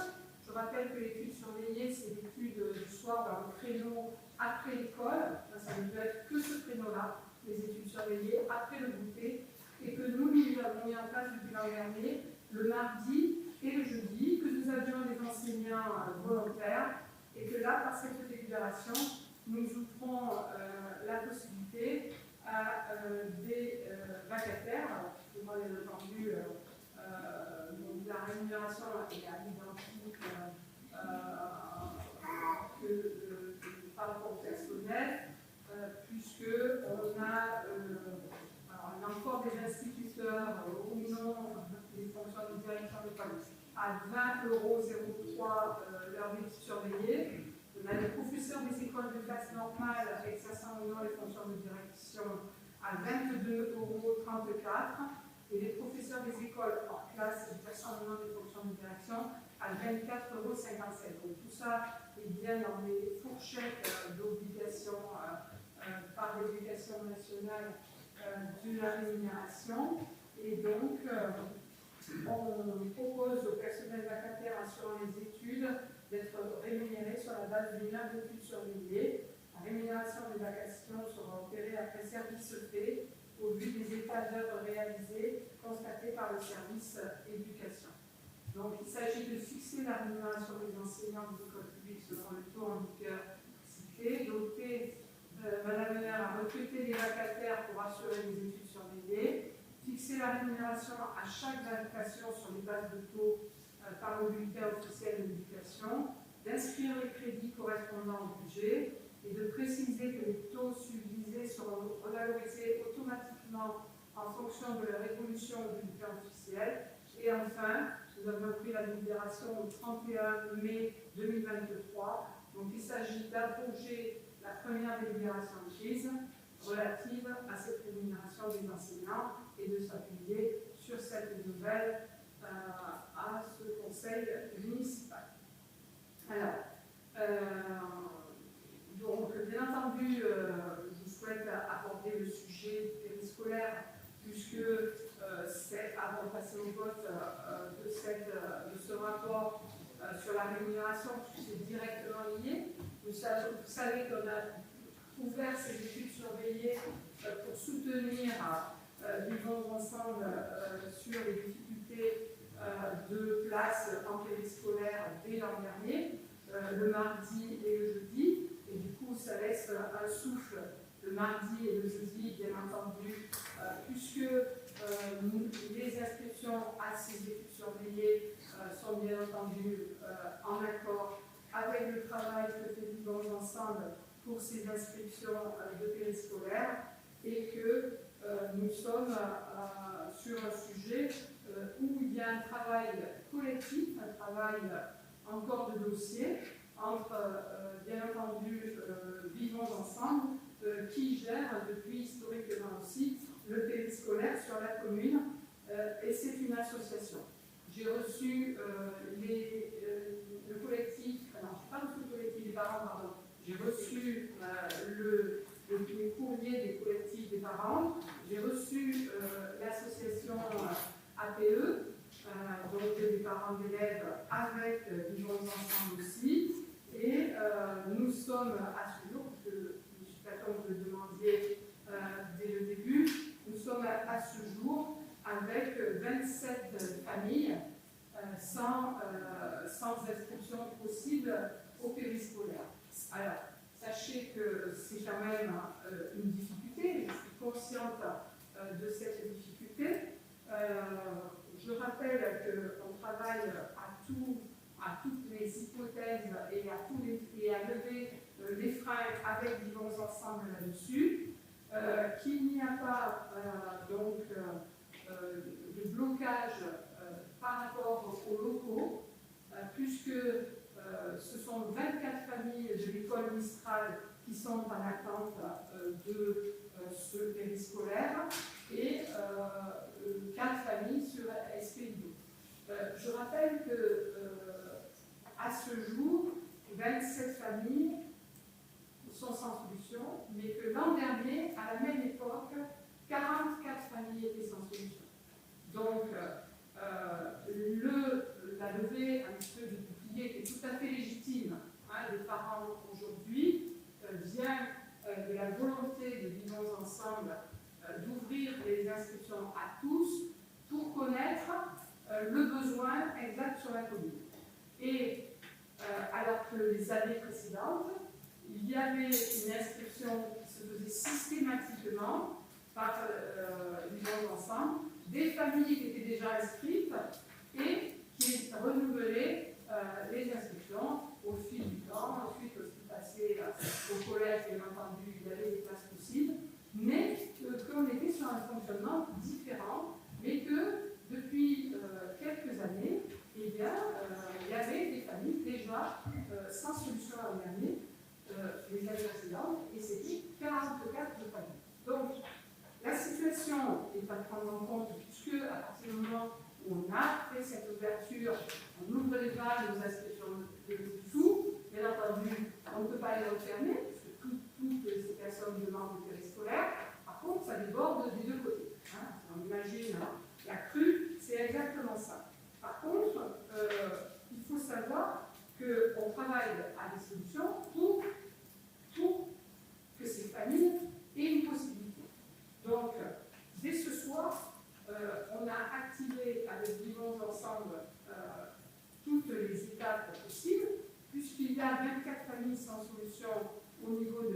magistral, pourquoi ne pas demander un agrément supplémentaire?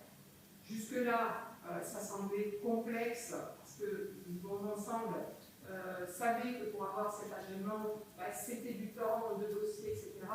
Nous avons pu contacter l'inspecteur jeunesse et sport, qui dit qu'au vu de la situation, cet agrément peut être accordé rapidement et à la rentrée, nous pourrions augmenter l'agrément. Donc, il faut savoir qu'actuellement, l'agrément est de 164 places. Donc, on ouvrait des inscriptions, sachant quand même qu'on n'avait que 164 places. Donc là, on a la possibilité d'aller vers l'agrément là-dessus. On a le local à Mistral. On a des locaux, on a la possibilité d'accueillir les enfants dans des locaux de bonnes conditions, parce qu'il y a une classe qui n'est pas utilisée. Et ça, c'est pas un problème.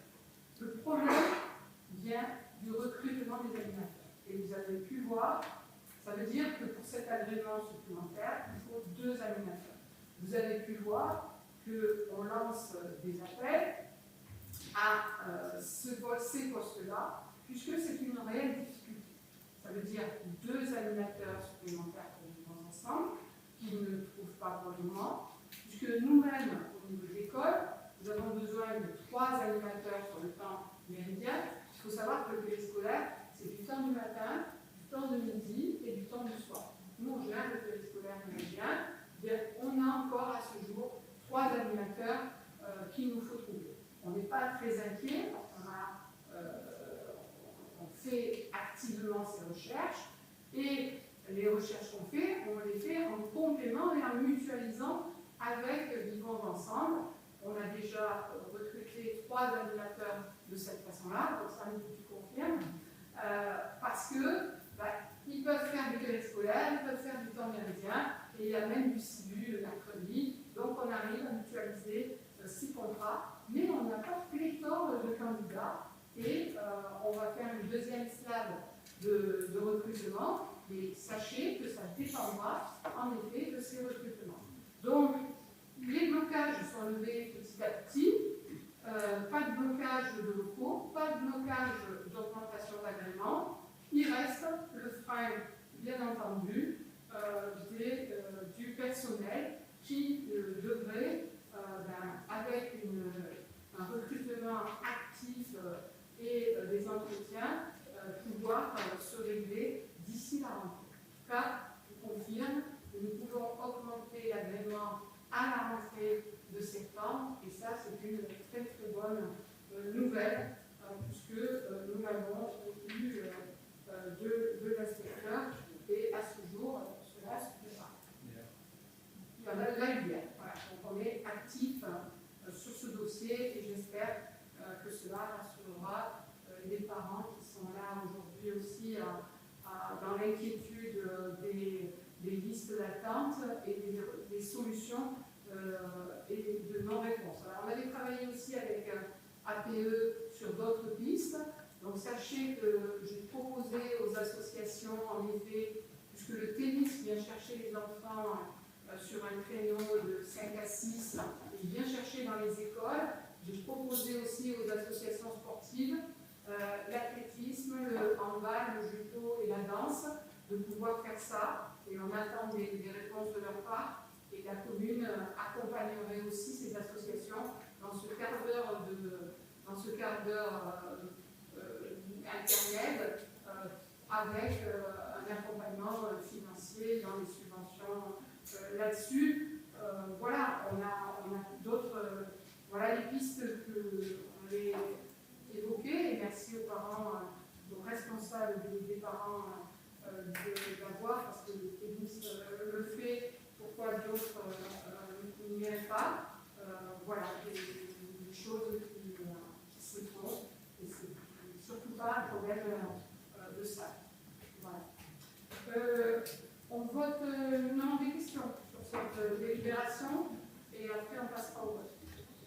Monsieur Parot. Alors, la première question, première réflexion plutôt, c'est que je trouve assez hallucinant les tarifs qu'on propose pour rémunérer les enseignants vacataires.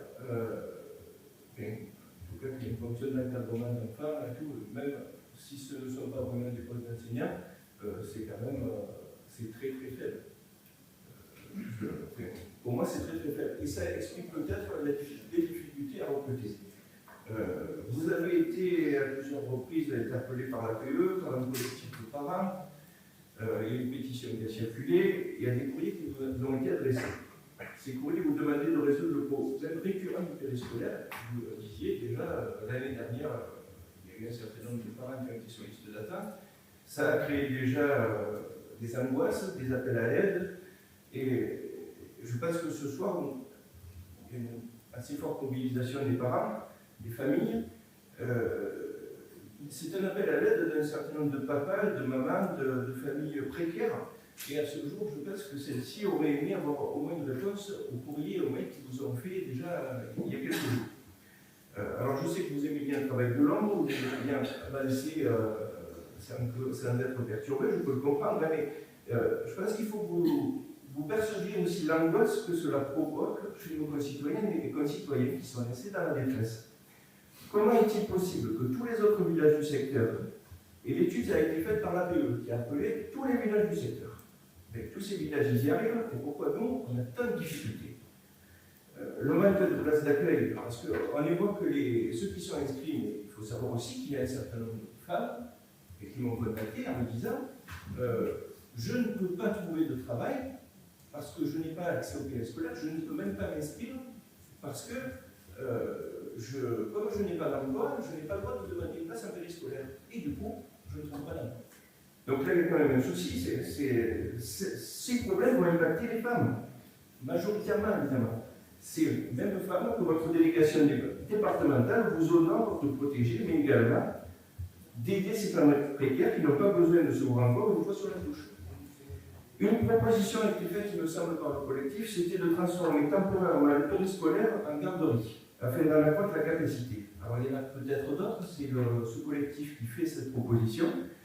Depuis que ce dossier a été soulevé il y a plusieurs mois, ça traîne, et là ce soir, il y a des annonces, certes, mais les personnes qui sont dans l'angoisse et l'attente, et qui sont même parfois obligées de poser leur démission parce qu'elles ont un préavis de 3 mois, vont se retrouver dans la panade, vraiment. Donc là, moi j'acte votre travail, j'acte les avancées, mais il faut aussi comprendre les angoisses de nos concitoyennes et concitoyens qui sont dans l'inconnu la plus totale. Et ça, c'est... moi, je me mets à leur place, et pour moi, c'est une torture psychologiquement. Donc, alors oui, il faut du temps pour recruter, il faut peut-être aussi mieux payer, et peut-être qu'on recrutera moins, il faut peut-être aussi réorganiser la chose, peut-être qu'on va penser à une municipalisation avec des forces municipales qui font en partie le périscolaire et d'autres choses, pourquoi pas, mais ça, c'est pour l'avenir. C'est pas pour cette année. Là, dans l'urgence, j'entends vos solutions, mais à quelle échéance, quand est-ce que vous allez répondre à tous ceux qui attendent? Parce qu'elles aussi sont pressées par le temps. Je suis pas franchement, merci de reconnaître le travail qu'on fait. Par exemple, moi toujours, c'est négocier. Alors, quand même pas mal de réunions que j'ai fait. Je rappelle que le périscolaire est géré par l'association Vivons Ensemble et que l'association Vivons Ensemble s'en occupe très bien et qu'elle a là particulièrement cette année une difficulté à ce niveau sur un changement d'instruction. Donc, il faut laisser le temps au temps, mais je suis tout à fait consciente de l'inquiétude des parents qui n'ont pas de réponse tout de suite. Lorsque ça a été fait en juillet, fin juin, on a dit les listes d'attente jusqu'au 6 juillet. L'association, je ne vais pas me faire le défenseur de l'association, en tout cas c'est elle qui cherche le scolaire. Donc nous, qu'est-ce qu'on fait? On fait le relais et on fait de nombreuses réunions avec elle pour activer et trouver des réponses. Donc, je suis tout à fait consciente des parents, mais attention de ne pas non plus agiter et créer en fait cette peur là-dessus, parce que chaque chose en son temps. Je suis en train de dire, aujourd'hui c'est 27 familles, l'an dernier à la même époque c'était 44. Et il y a bien des solutions qui ont été trouvées. Donc là, face à cette difficulté, on va augmenter l'agrément, parce qu'on sait exactement le besoin nécessaire. On a les locaux, je vous dis qu'il ne manque que le recrutement. Le recrutement, on s'y active. Et en plus, on a d'autres pistes, notamment les associations, le collectif des parents, puis la DAME. Donc on est conscient de tout ça. Mais c'est quelque chose qui était en effet depuis un certain temps, mais moi je ne peux pas, et vous le dites très bien, et heureusement, l'avenir nous dira comment on va prendre cela. Je rappelle, ce n'est pas une compétence communale, et historiquement, c'est une compétence que l'association a menée. Donc, à un moment donné, une garderie. Non. Pourquoi? Parce qu'on a présenté en juin, et dommage qu'il n'y ait pas eu autant de public là-dessus, très bien par M. Bonillon, le PEDT. Le PEDT qui se travaille sur le service éducation, le CIBU, la restauration, les associations, un PEDT d'excellence. Donc, même pour une période intermédiaire, on ne serait pas allé sur de la garderie. Bien sûr que c'est l'attente des parents, mais après, lorsque on est en garderie avec 100 règles d'encadrement par rapport à un certain nombre de jeunesse et sport de langue, qu'est-ce que c'est? C'est dégrader le service et c'est offrir aux enfants, parce que quand même ce sont les enfants qui sont au cœur de cela au départ, quand on les laisse le matin, qu'on les récupère le soir, parce que les parents travaillent, et ça je le comprends très bien, mais du coup il faut de la qualité, il faut que ces enfants qui arrivent à 8h alors que l'école arrive à 9h, ils n'aient pas 1 heure de garderie sans aucune animation, atelier, bienveillance, etc.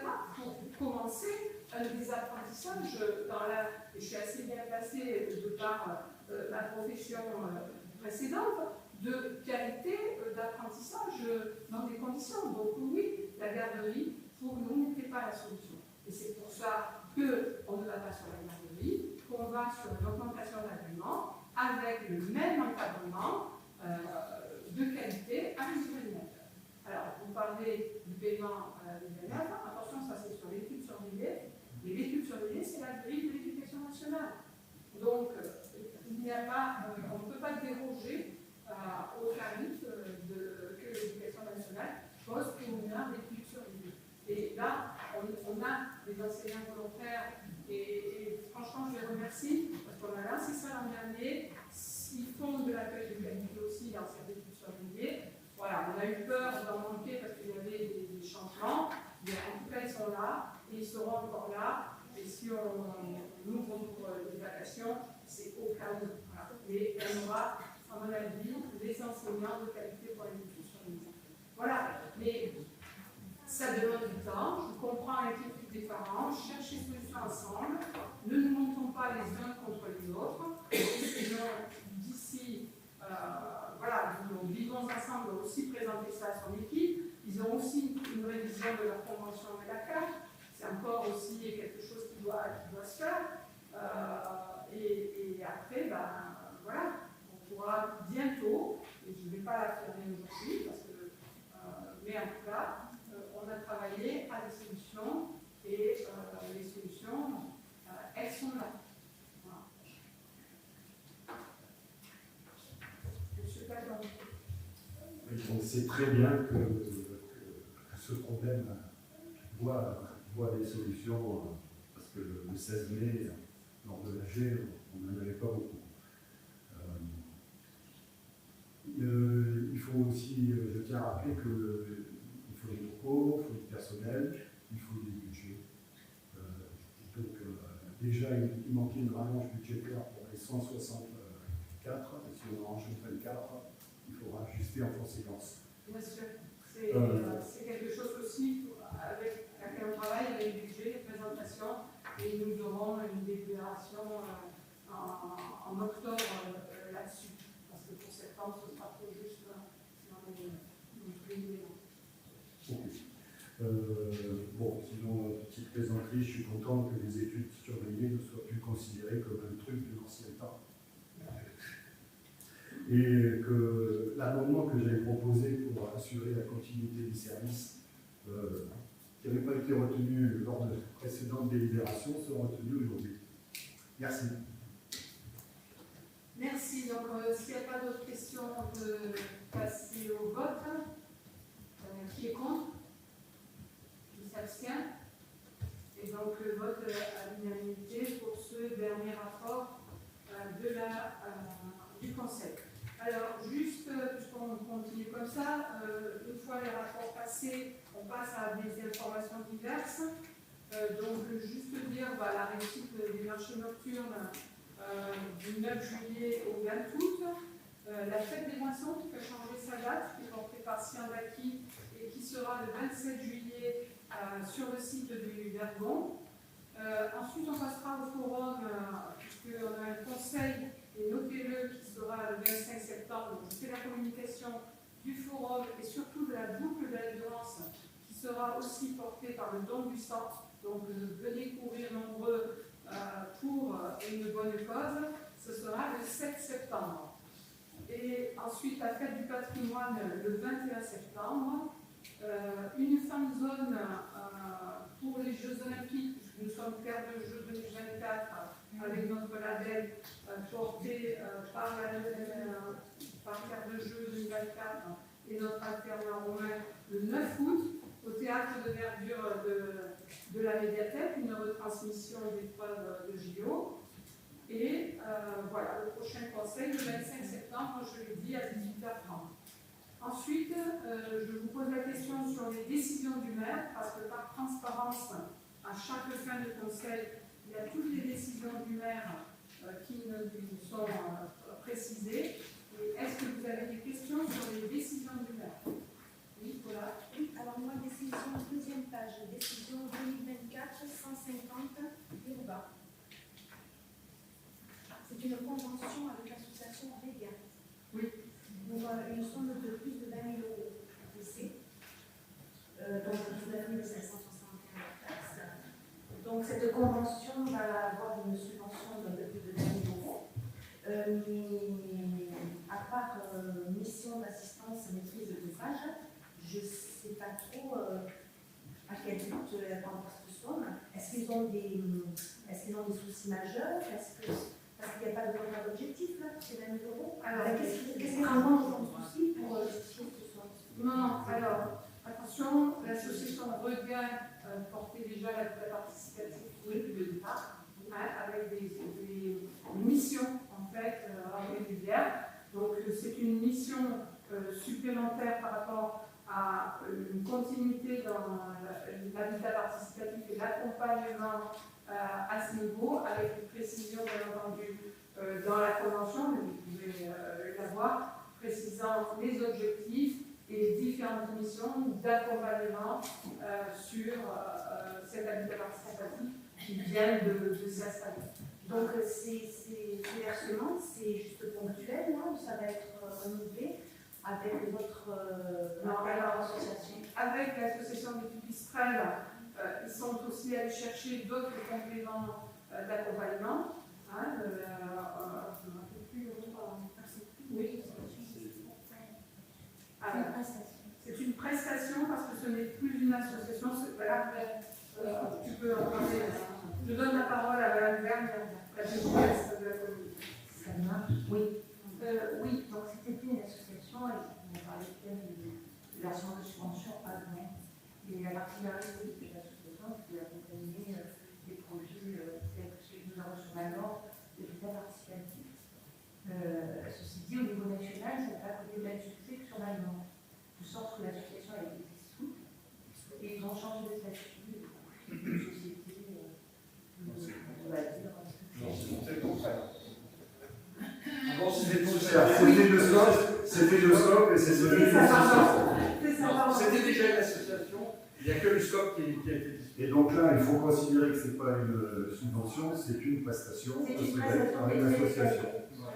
N'empêche qu'on aimerait bien avoir la convention pour savoir ce que ça contient, parce que pour moi, c'est fini. Donc, c'est quoi cet ouvrage nécessite un maître d'ouvrage? La mission d'assistance, c'est pas fini en fait. Bon, ça se nomme comme ça dans la convention, mais c'est pas fini dans l'accompagnement et c'est très clair dans la convention, mais vous l'aurez bien entendu, précisé en nombre d'heures, en nombre d'actions, en accompagnement, avec l'installation, l'utilisation de la salle commune, il y a la valorisation du projet, voilà, on est aussi un accompagnement dans l'amélioration. Bon, c'est très défini et on note que la convention J'avais posé à peu près les mêmes questions, donc je suis preneur de la convention, parce que effectivement je voyais le budget et j'essayais de comprendre en quoi consistait l'accompagnement. Pour 19 millions. Alors, 20 19 500 hors taxes. Donc ça représente en gros 30 à 40 jours de prestation. C'est financièrement, c'est chaque année. Mais bon, on est sur une première année.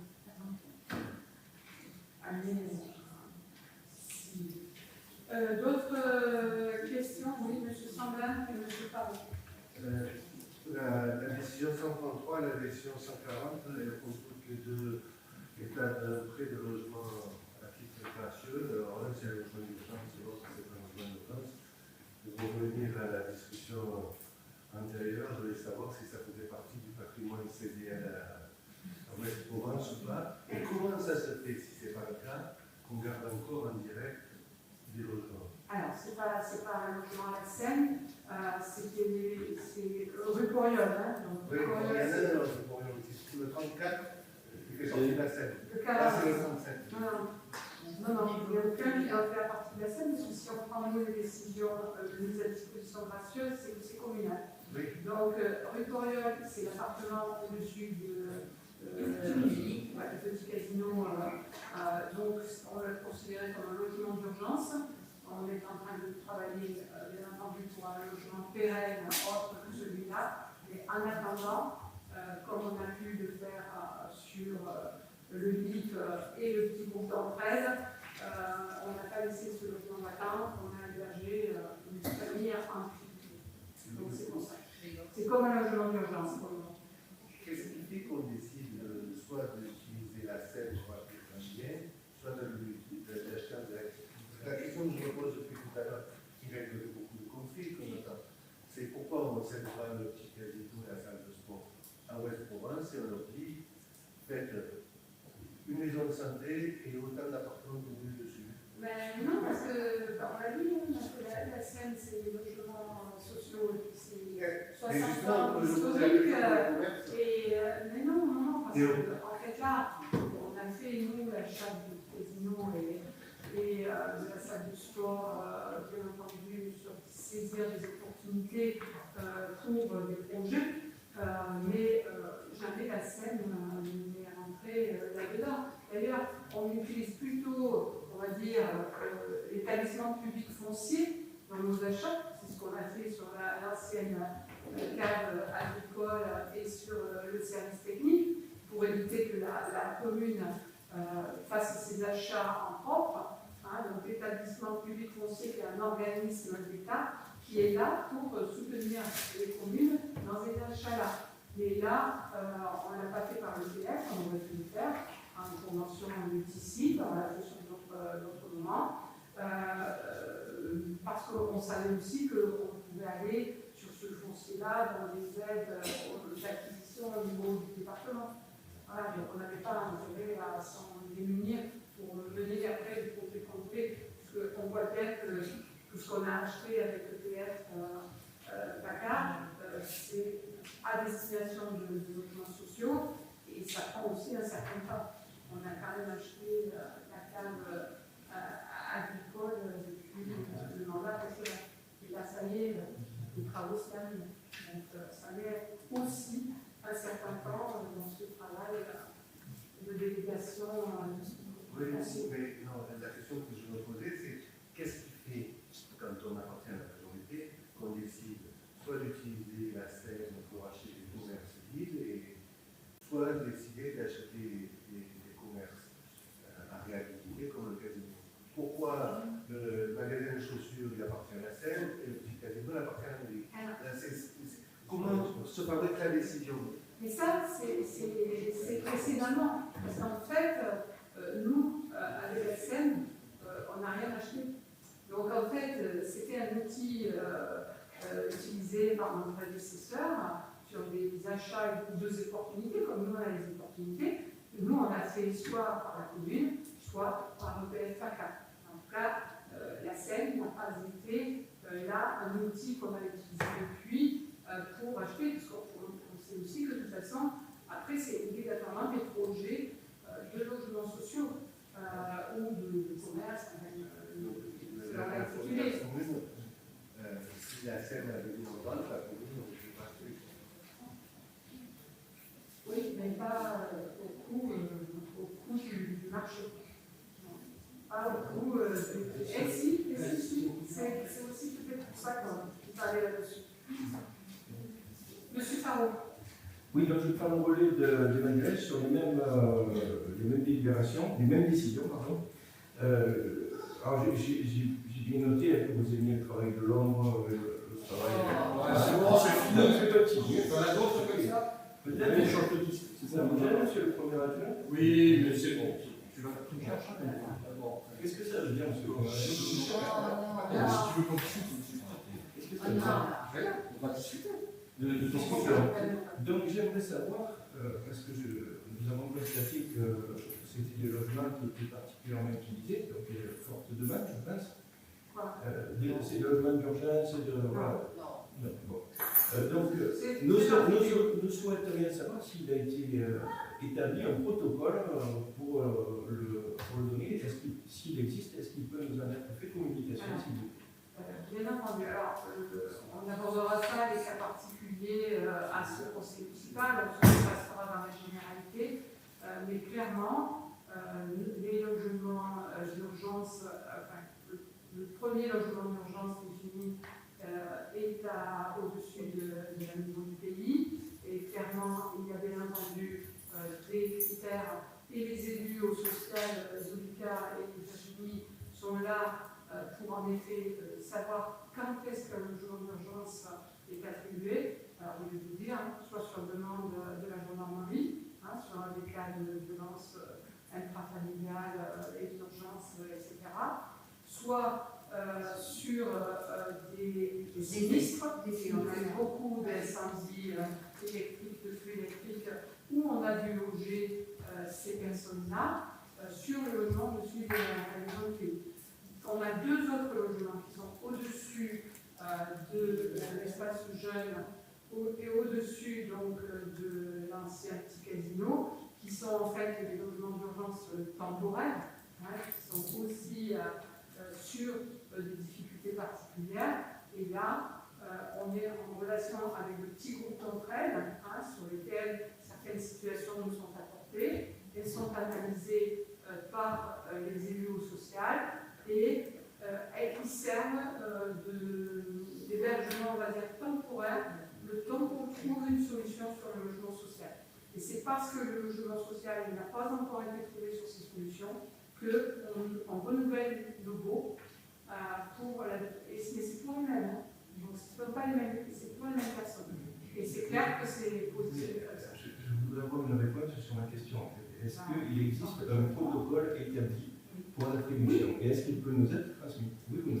Il existe des critères d'attribution. Louis IV, oui, effectivement, il existe des critères pour l'attribution de ces logements d'urgence, comme dit Madame le maire à l'instant. Donc, du coup, c'est quand il y a une violence intrafamiliale, quand il y a des incendies de maison, tout simplement, une urgence extrême, tout simplement. Et donc, du coup, dans ce cadre-là, on peut être amené à loger une personne dans ce logement. Il y a une convention. Oui, bien sûr, il y a une convention, il y a des délais à respecter, donc c'est 15 jours, et renouvelable 2 fois maximum. D'accord. Et le protocole d'attribution, donc, il existe. Je ne parle pas de protocole, je parle de critères. Donc, il n'y a pas vraiment de critères d'urgence, c'est pas un protocole, c'est un critère. Mais il faut savoir qu'il y a une vraie analyse et un accompagnement. Je ne vous cache pas, je sais pourquoi vous posez cette question, mais on ne peut pas l'aborder là. On l'abordera en privé si vous le souhaitez. Mais en fait, il y a une vraie réflexion sur les élus en relation avec le maire et le CCAS, parce qu'en fait, ce sont des logements, ce n'est pas un logement social. Et du coup, il y a un vrai accompagnement avec ces personnes socialement pour trouver des solutions derrière. Et on ne peut pas considérer le logement d'urgence comme un logement social. C'est une transition, c'est-à-dire qu'en fait, on essaie de positionner des personnes dans ce logement d'urgence, tout en sachant que nous avons une solution au bout. Quand on n'a pas de solution au bout, c'est vrai que c'est délicat de dire à une personne, oui, nous pouvons vous laisser rentrer dans ce logement, tout tout en sachant que dans 15 jours, vous allez être dehors. Ce n'est pas possible. Cette urgence aussi. Voilà. Moi, je voudrais juste revenir un petit peu sur un point, sur la SAM, parce que, effectivement, c'est quelque chose de très complexe, le chiffre, et c'est vrai que ce n'est pas mon domaine de compétence. Néanmoins, il y a une phrase qui a retenu mon attention. Comme tu as dit, ces logements sociaux, où la plupart sont, peut-être pas exactement similaires, mais ça veut dire ça, sont vécus avec beaucoup de mise aux normes. C'est-à-dire que ces logements, d'après ce que j'ai compris, je me dis peut-être vont dans les années à venir demander des réels travaux de réhabilitation qui risquent de coûter trop cher. Donc, c'est peut-être ce qui donne aussi un petit coup de pouce à régulariser cette convention et à donner pour la SAM. Je ne sais pas, mais toujours été, moi j'ai retenu que les logements sociaux, il y avait beaucoup de travaux dans les logements sociaux. Donc, ma question serait, effectivement, les logements sociaux sont à but locatif, mais sont aussi en accession à la propriété. Aujourd'hui, alors peut-être que celui-là est le compétence, c'est mon compétence, aujourd'hui, il y a énormément de familles sur Malmort qui n'arrivent pas à se loger, c'est sûr, mais il y en a d'autres qui ont des petits moyens et vu la flambée des prix de l'immobilier, n'arrivent pas à acheter. Donc moi, mon raisonnement serait, puisque nous avons ces logements qui sont déjà sociaux, qui vont, enfin, je ne parle pas de la SAM, je parle jusqu'à présent, mais qui sont bourrés de travaux à l'avenir qui vont nous coûter une fortune aux contribuables, est-ce que ça ne serait pas l'occasion de les vendre, de les mettre en accession à la propriété pour des familles, justement en accession sociale, à un tarif préférentiel, pour que ces familles-là puissent se constituer un patrimoine d'habitation. Parce qu'aujourd'hui, des familles qui habitent dans des logements locatifs, dans les HLM et autres, il y en a qui voudraient bien acheter, parce que ce qu'ils payent en loyer, ils pourraient le payer en prêt immobilier. Et ces logements-là, pourquoi pas ne pas leur vendre? Et voilà, eux, et puis eux, ils feraient des travaux et pas marger des familles. Non, je parle de du logement social en fait dans sa globalité. Non, ce qu'on a dans la SAM là. D'accord. Je ne parle pas de la SAM, c'est pour ça que je. Oui. Voilà. C'est-à-dire, là, on ne parle pas de la convention qui va s'étendre. Moi, je pense que mon raisonnement est plutôt comme ça, c'est peut-être pas le meilleur. C'est-à-dire que moi, je me serais dit, tiens, voilà, depuis le 2021, on va nous mettre en garde parce qu'il faut faire ceci, parce qu'il faut faire cela. J'ai un patrimoine de logements qui vont coûter une fortune en réhabilitation si je ne les file pas fin 2024. Et bien, je vais profiter avant ce date-là de pouvoir catégoriser certains logements et les mettre en accession à la propriété. Mais comme on l'a dit tout à l'heure, favoriser. Et eux, on l'a dit tout à l'heure, on travaille en collaboration avec Ouest Provence Habitat, qui est un bailleur, pas encore. Non, tout à l'heure, on a dit la valeur nette comptable des logements, si on se fie sur l'évaluation de la SAM, c'est moins de 40 000 € par logement. On les vendait 40 000 € et à charge à celui qui l'a acheté de faire la prime rénov pour le mettre au bout du jour. Alors, là, on est sur les décisions du maire. Donc, je veux bien, on ne va pas revenir au rapport numéro 2, mais je ne veux pas non plus vous laisser faire ça. Est-ce que vous avez. Ne me rappelez pas qu'au mois de juin, nous avons signé le contrat de mixité sociale et que nous devons encore répondre à du logement social, donc soit du conventionnement, soit de la rénovation, soit de la construction neuve, mais qu'on a des obligations du préfet de répondre avec la loi SRU à une quantité de logements qu'on n'a pas. Donc on ne peut pas s'orienter dans un axe de vente des logements sociaux. On a et le logement social qui se fait dans les lotissements, parce qu'aujourd'hui, pour le lotissement, 50% sur les OAP. Ces logements sociaux qui sont vendus, ils ne sont pas comptabilisés, non? Ils ne sont pas vendus. Les logements sociaux. Ils sont en location. Il n'y a pas d'accession à la propriété. Non, il n'y a pas d'accession à la propriété. Donc en fait, l'obligation, c'est du logement locatif. Locatif. Donc, voilà. Du coup, on ne peut pas rentrer dans cette logique-là, au vu aussi de la liste d'attente des personnes qui sont en attente de logement social. Parce qu'en effet, on est tendu et c'est compliqué pour les gens sentent bien que c'est compliqué d'accéder à la propriété aujourd'hui pour certaines familles. Mais ce n'est pas la solution dans la vente des logements sociaux parce qu'on ne peut pas se le permettre. Par contre, ça peut être travaillé avec des aménageurs sur du bail solidaire, du bail d'accession là-dessus, voilà. Ce sont le travail avec les aménageurs sur 50% privé, 50% logement locatif, devrait peut-être dans cet axe-là. Mais on reste quand même très cher au niveau des mètres carrés. Donc, encore une fois, on n'ouvrira pas à tous la possibilité de l'accession. C'est dommage. Moi, j'ai une petite question. Quand est-ce que vous pensez que les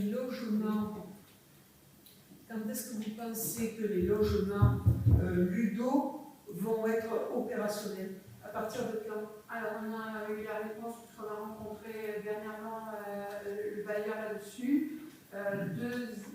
Deuxième semestre 2025. Donc, milieu d'année 2025, il y aura 25 logements sociaux attribués en même temps que les 11 de la cave d'école, parce que c'est un chantier qui se met en parallèle par les mêmes opérateurs. Donc, on aura un souffle de 25 logements sociaux sur l'eau et 11 logements sociaux sur la cave coopérative. Est-ce qu'il y a déjà une liste d'attente établie? On travaille, bien sûr, la liste d'attente c'est énorme. En tous les cas, on travaille avec les effectivement, il y a une grande liste d'attente, mais ça d'attente pour ces logements-là précisément, pour le logement social en général. Ouais, on fait pas de chemin. Avec les critères, bien entendu, établis sur la planche. Oui, bien sûr. Voilà. Donc, moins 2025, on devrait pouvoir y rentrer. Très bien. Monsieur Platon? Question diverse. Oui, si vous voulez. C'est une information. Je voulais signaler l'information suivante. Le 27 juin, le Conseil de la métropole a voté la délibération de mise en concertation publique de la modification numéro 3 du PLU. Ça veut dire que les citoyens vont pouvoir donner leur avis, être informés, savoir de quoi il en retourne. Donc c'est une information qui mérite d'être publiée. Alors usuellement, cette mise en concertation, elle se fait en même temps que la mise en modification. Là,